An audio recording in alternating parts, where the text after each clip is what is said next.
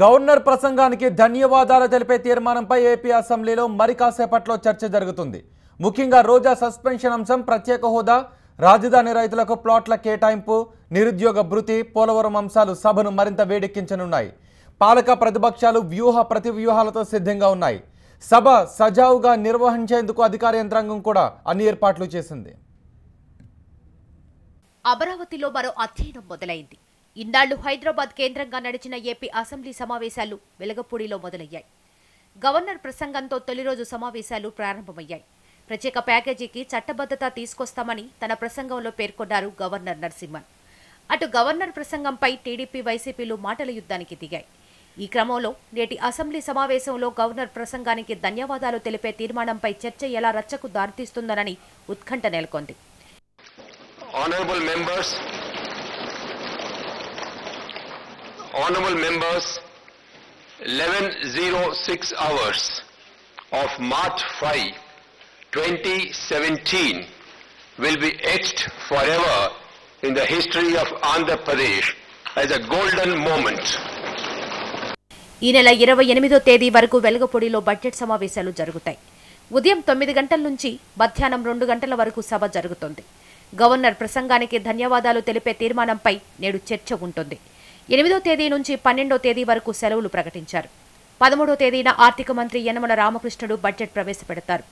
స్థానిక సంస్థల ఎమ్మెల్సీ ఎన్నిక ఉండడంతో 17వ తేదీన సభకు సెలవు ఇచ్చారు. ఇక ఈ నెల 25, 27వ తేదీన మాత్రం సభ 2 పూటలా జరుగుతుంది. అటు బీఎస్సీ సమావేశంలోనే అధికార ప్రతిపక్ష మధ్య ఏకాభిప్రాయం కుదరలేదు. మొత్తం 25 రోజులు సమావేశాలు నిర్వహించాలని ప్రతిపక్షం డిమాండ్ చేసింది. 43 అంశాలపై చర్చించాలని కోరింది. ప్రజా సమస్యలపై చర్చించే ధైర్యం లేకే ప్రభుత్వం 13 రోజులకే పరిమితమైందని వైసీపీ ఆరోపించింది. వాటి మీద మనం డిస్కషన్ చేయాలంటే కనీసం ఇంకొక 10 రోజులు మాత్రం పొడిగించండి అని చెప్పి మేము అడగడం జరిగింది. మరి దానికి కూడా ప్రభుత్వం విముఖత వ్యక్తం చేసేదే కాకుండా సాధారణంగా ఇప్పుడు దాకా దాదాపు 5 శాసనసభలు 5 పర్యాయాలు చూసాను నేను. ఎప్పుడు కూడా ఈ 25 సంవత్సరాల్లో మొట్టమొదటిసారి 13 రోజులు బడ్జెట్ సెషన్ పెట్టడం అనేది చాలా విచిత్రంగా ఉంది. అయితే ప్రతిపక్షం వాదనను ఖండించింది అధికార పక్షం. ప్రతిపక్షం ఏ రూపంలో వచ్చినా ఏ అంశంపైనా చర్చించడానికి సిద్ధమన్నారు చీఫ్ విప్ కాలువ శ్రీనివాసులు.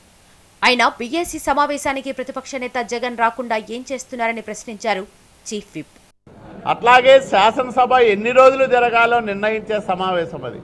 అట్లాంటి సమావేశానికి జగన్మోహన్ రెడ్డి గారు రాకపోవడం ఏ రకమైన సంకేతమో మాకి వైఎస్ఆర్సీపీ ఎల్పీ వాళ్ళు సమాధానం చెప్పాలా. మా నాయకుడు గదిలో ఉండి అన్ని మానిటర్ చేస్తూ ఉన్నాడు అంటారు. రావడానికి ఆయనకి ఏమన్నా సిగ్గా, లేకపోతే అది ఆయనకు రాకూడని ప్రదేశమా?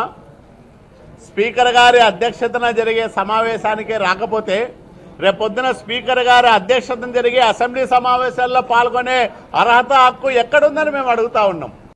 మరోవైపు విజయవాడ బందర్ రోడ్లోని ఆర్ఎన్బి గెస్ట్ హౌస్లో ఆ పార్టీ శాసనసభాపక్ష సమావేశం జరిగింది. 43 అంశాలను సభలో చర్చించాలని ప్రభుత్వాన్ని డిమాండ్ చేసింది.